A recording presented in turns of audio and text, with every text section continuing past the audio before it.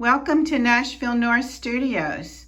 We're here today to talk about patchwork life in the duo show of Christine O'Brien and Gail Beckley. I'm going to back up here in a minute and show you the work that's here on the wall. It'll be here for another day. So if you're in the area on Wednesday, October 13th, please do come by. We'll be happy to share it with you in person.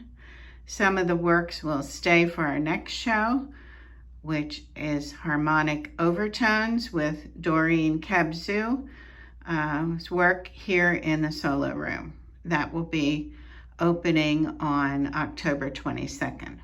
So here we are at Patchwork Life. We want to say thanks to Dan and thanks to Bob for the lovely music that they provided at our opening.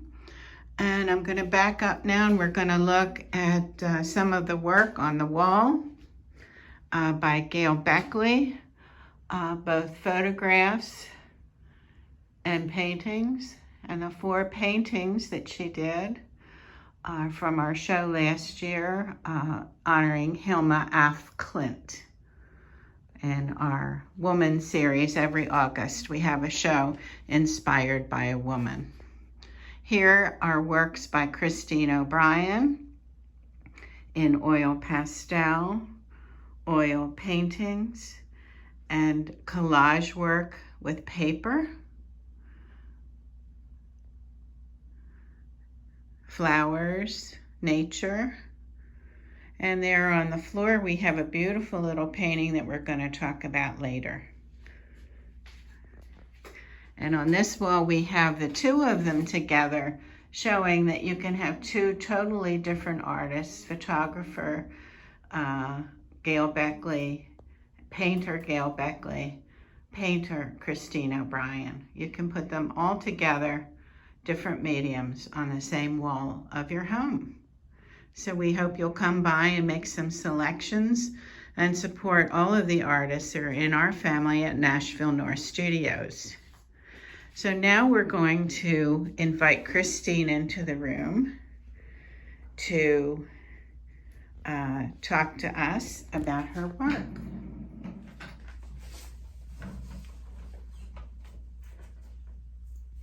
Hi, Christine. Hello. How are you? Good. How are you? Good. Fine. Thank you.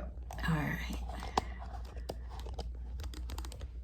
Here we go. Camera woman Judy at work. I think we have you right there in the middle, showing your work. All right. So welcome to Nashville North Studios. Thank you very much. We're so glad you agreed to be with us today and that we can chat with you and find out about your art, your history in art, and your path that you're currently on. You do several different mediums, so we want to talk about that. And why don't we start by asking you, when was it that you realized that you loved making art? Probably around 5 or 6 years old. Mm-hmm. I would sit in my grandmother's bedroom and pretend I was a art gallery owner like you and draw my little pictures and sell them. I didn't know what it was called at the time. It was an art gallery, but it was my little store. Mm-hmm. Very nice. Yes. Yeah. Fun. So, and your parents did back you in this art business. They did. They took you to school. Yes. In Ocean City. At the old art center. At the old, which was a school, wasn't it? Yes, it was a very beautiful, interesting building. Yes. And I was there just for a summer, but Mm-hmm. I was so grateful and enjoyed it so much because times were rough with 4 kids, and but they still sent me anyway. And then they sent me to semi-private classes after that in Ventnor, and that was fun too. Well, it's wonderful that parents can recognize in a child their love of a certain thing, and no matter what, if it's a guy and it's baseball, or if it's a girl and it's art, right? And with 4 children, it's probably difficult to get all of that together. Yes, definitely. I was the Yes. youngest, so Uh-huh. I was the last one. The little darling. So you did all of that, but when did you really decide you were an artist? I think in high school, I had a very interesting art teacher. She unfortunately retired my senior year, but she taught me a lot for the first 3 years of high school and made me want to go to college and study art more. And she'd take us out on road trips. We'd walk around Lang City and go down the docks and draw. I still have those drawings I should have brought with me. But she was really And that was Miss Gerard. Yes. Yes. And then later on in college, when you did go and you went to Stockton, Yes. You met David. David Alstead, yeah. Amazing painter. He had work at the Noyes Museum, and he has some huge paintings at the campus. Did you say he has the Four Seasons or something? Yes, they're huge. I couldn't even tell you how big they are. I'd say at least 8 by 12 feet or something each. They're huge. And so he's an oil painter. Yes. And that's a big format. Definitely. Yeah. He's amazing. And Michael McGarvey was my graphic design teacher there, and he's still there. Okay. Yes. Good. And I guess the Noyes Museum is tied now to Stockton. Yes. And they're big in Atlantic City now, Stockton and the Noyes is up there over there. Right. Still promoting the arts. Yes, a lot. Yes. So what inspires you to create? I'd say nature.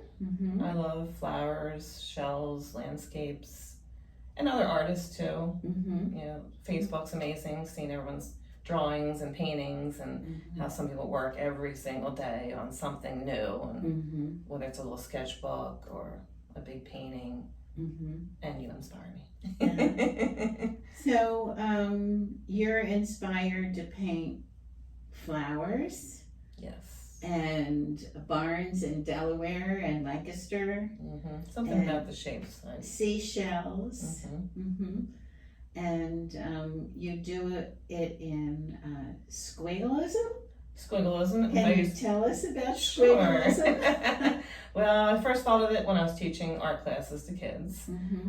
We do pointillism, we do Van Gogh with the dashes, and I was trying to think of something new. And I don't know what made me think of doing little S's. But I always use black paper with my oil pastels and just do little S's overlapping colors and blending them together to create a picture where you can barely see them if you stand back, like this one, that barn with those flowers. So if you don't even see that they're S's or dots or anything in the different isms, right? You see your eye takes it and makes it a whole picture, if you will. Right. Yeah. So you're around a lot of artists that are inspiring, including children. Yes. Children are like free spirit artists, aren't they? They are. They're amazing. They're like little sponges. They just take in whatever I teach them. They may not love everything that we do, but they try their best and just have fun with the process. And that's what I love about it. They're just so carefree and not worried about the end piece that could be framed or, you know, in a show. They just love doing it.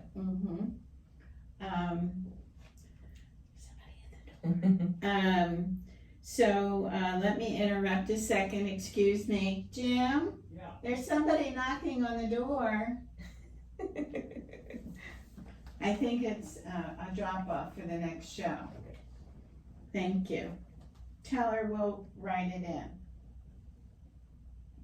So I'm sorry for the interruption. That's quite all right. And so we were talking about children, and you teach children today. You have been teaching them for some time. Yes. And one of the classes you currently have is at the Ocean City Arts Center. Yes, on Wednesdays. Where you had a one-woman show recently. I did in March. That was very exciting. Yes, very exciting. It's a beautiful space. Helps to nurture the arts in our area. It really does. In particular, they're in Cape May County. We're in Atlantic County, but still the same group of artists. Really, they support all arts. Yes. So your children there that you teach on Wednesday afternoons? Yes, And you said you have 2 classes? I do. I have a class that's like 9 to 15-year-olds for my first class. Mm-hmm. And then my second class is around 7 to 10 years old. Mm-hmm. And there's still room in there. But they're pretty full. I was surprised. I wasn't sure, for the last 2 years how everything's been, how many kids would sign up. But Right. But so if someone's interested in this, they can call the Ocean City Art Center in Ocean City, New Jersey, and they can sign their child up for a class. yes, And, we do everything. and ask for Christine. Absolutely. Absolutely. So who else inspires you?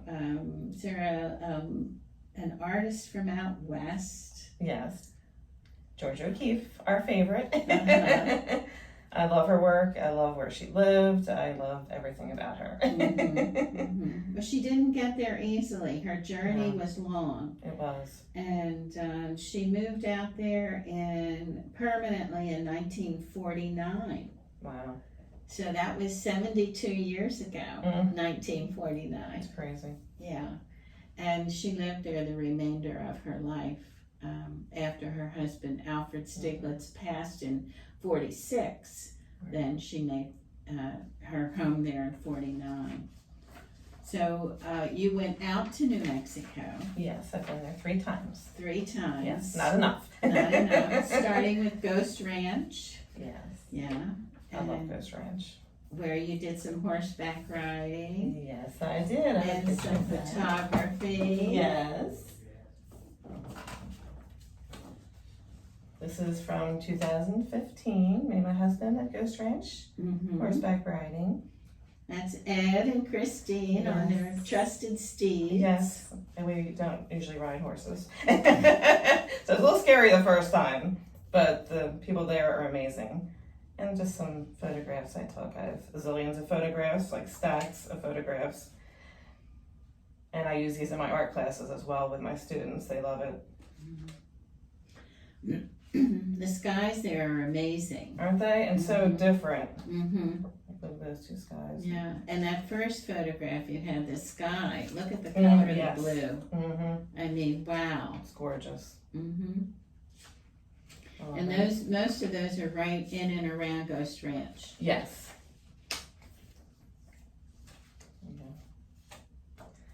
Highway 84, is that Yeah. correct? Yes, I it is. think so. It's the best highway It's amazing. ever. So your inspiration did lead you to New Mexico, and you went to George's house. And how did that feel? Amazing. I started to cry.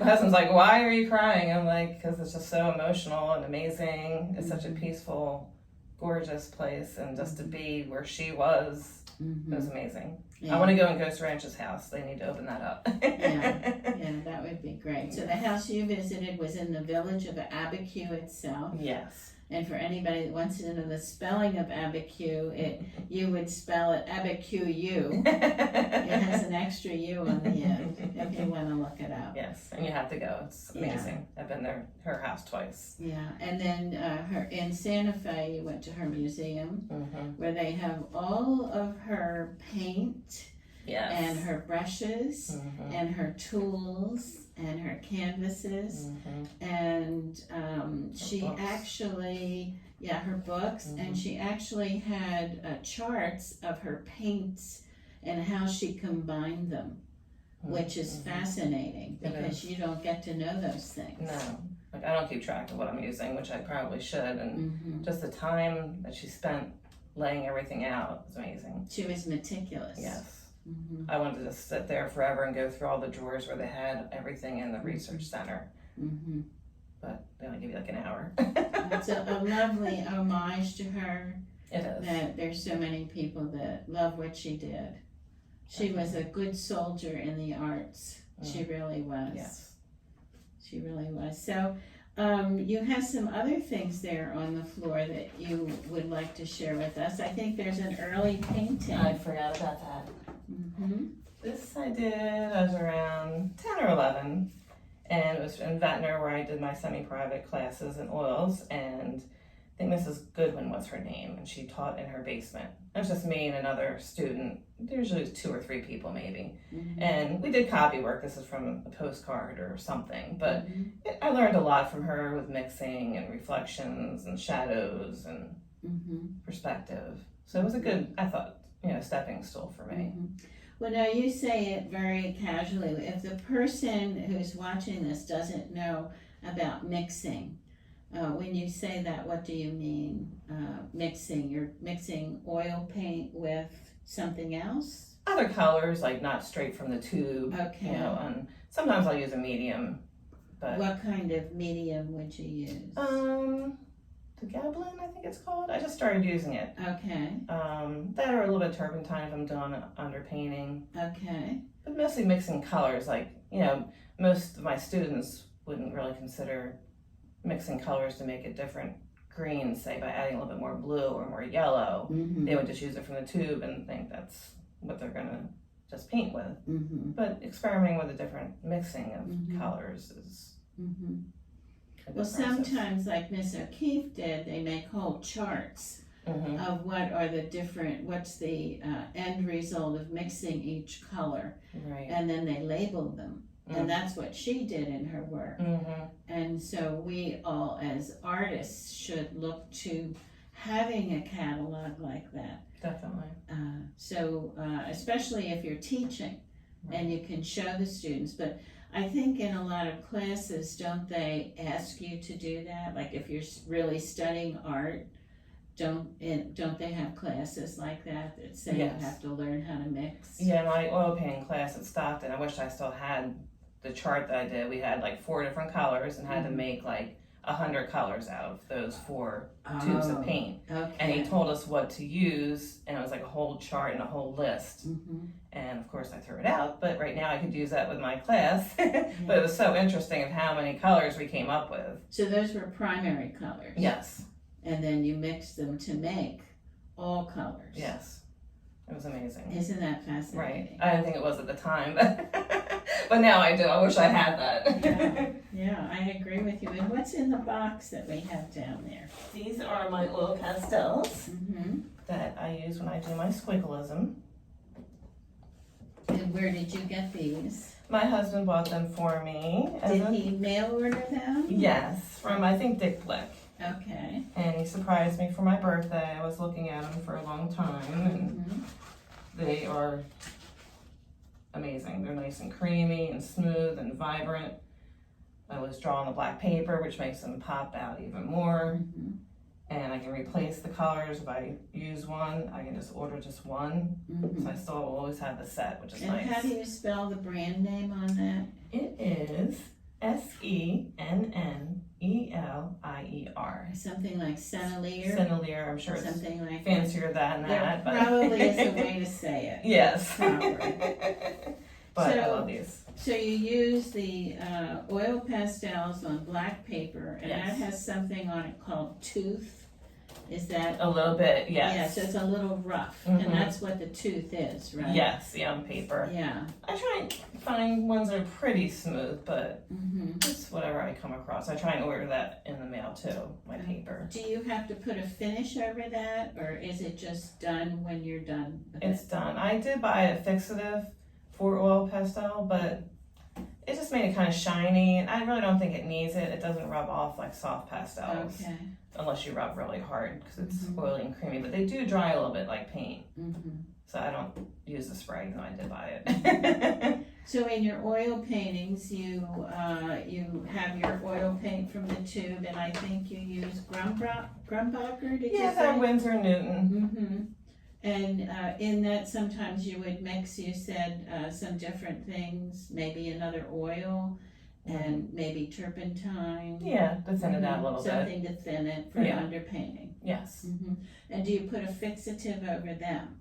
I haven't. You haven't? No. Okay. I understand that you should wait, though, even if you're going to put one on, Right. that you have to wait till it's thoroughly cured. Right. That's why I've just been waiting. I guess I should do some of the older ones. So your paper works. Your torn, cut paper. You've moved into more a different style now than you used to do. It used to be squares, didn't it? Yeah, just pieces of square paper ripped up. They were all ripped, which I love that effect, but now I started doing more maybe long strips of ripped paper or cut, like the sky is ripped, then the ground is ripped, and then the water is ripped, and then sometimes I'll cut it. These are all cut. Sometimes I'll do it like a sheet of paper that has ripped paper on it and then cut an image out of that. Eventually I'd like to start maybe using some paint in there, change it up a little bit. There's so many different things I could do with the paper. And what kinds of paper do you use? Scrapbook paper, art paper, you know, it could be charcoal paper, any kind of colored paper. And do you ever paint your paper? Not yet. I haven't gotten into that yet. Okay. So, probably will. Yeah, I've read that some like acrylic artists who have a paper palette that they work on, sometimes they'll let those dry and then they cut them and use them in something else. Yes, I'll be doing that this week with my art students. We did watercolor paintings, so like just random colors and textures, and now we're gonna cut them out and make a collage this week. Very nice. I'll be doing that next, hopefully. That's wonderful. Thank you. So if you had any advice for artists, would you say to them, since you're doing 3 different kinds of things, would you say to them to start with one and explore that? And is that what you did? You went through different stages I did. till you came up with 3 mediums that you liked? Yes, I started with oil painting. I love that the best, but I feel like I don't have as much time maybe to do that, and maybe time alone, peace and quiet. By the time you get everything out and lay it out, so I started to do the oil pastels, where I found I could, you know, do a half an hour and walk away, keep the colors out. And then I started doing the paper, and it really coincided with what I was teaching in my classes. I'm like, oh, I should try that at home. Yeah, I really love that, like the squiggleism, and I just haven't stopped doing it since. Now, in all of these explorations of different mediums, you were also a sign maker. I was. Kind of fell into that.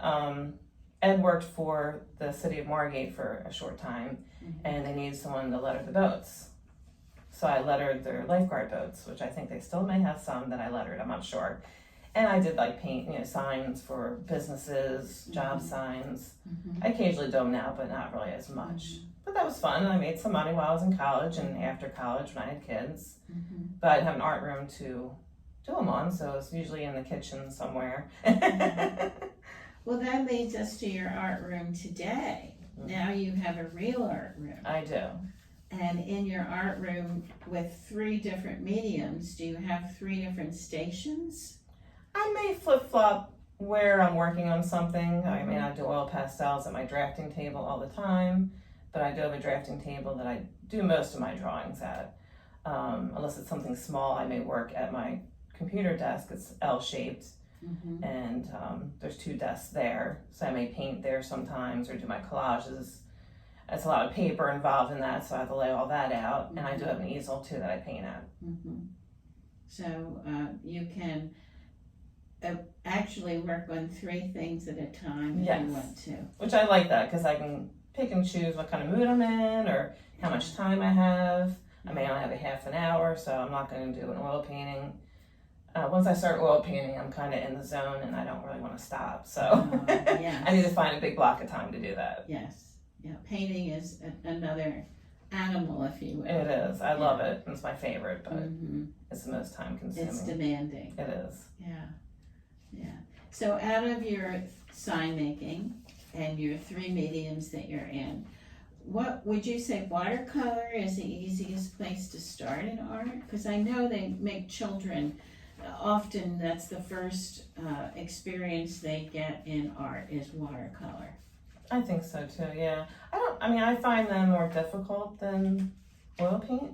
I think watercolor's the most difficult. Yeah, and I'm doing that with my classes too, and they're enjoying it, but I'm not sure if some of them are kind of like, I just started doing some at home just because they're kind of quicker and you kind of finish it quicker than you would an oil painting. But it's probably a good place for someone to start. That or acrylics, but I'm not crazy about acrylics. I like the oils. I love the consistency. I like how they don't dry right away, and just the feel of them is so different. It is. Mm-hmm. So, well, thank you for sharing with us these secrets of Christine O'Brien's studio. Thank you for having me. We're delighted, and I want people to know that although the show is coming down at 6 o'clock tomorrow evening, which is Wednesday, October 13th, we will still have your works in the studio for them to see if they can't come tomorrow. We will have them included in our next show called Harmonic Overtones, and Doreen Kebzu will be here in the solo room with her works, and our group show will be out front, and it'll be another wonderful show. I'm sure it will. And we're very grateful at Nashville North Studios to have so many talented regional artists and to provide a venue for the arts. No matter what an artist's level is, we try to work with them to help them become themselves. You do. Thank you for everything. We appreciate it. Thank you. Thank you. So we'll say bye-bye for now. Bye. And we'll see you October 22nd. If you can come, call for reservation at Nashville North Studios. Bye-bye. Welcome to Nashville North Studios. We're here today to talk about Patchwork Life in the duo show of Christine O'Brien and Gail Beckley. I'm going to back up here in a minute and show you the work that's here on the wall. It'll be here for another day. So if you're in the area on Wednesday, October 13th, please do come by. We'll be happy to share it with you in person. Some of the works will stay for our next show, which is Harmonic Overtones with Doreen Kebzu. Work here in the solo room. That will be opening on October 22nd. So here we are at Patchwork Life. We want to say thanks to Dan and thanks to Bob for the lovely music that they provided at our opening. And I'm going to back up now, and we're going to look at some of the work on the wall by Gail Beckley, both photographs and paintings. And the 4 paintings that she did from our show last year, honoring Hilma Af Klint.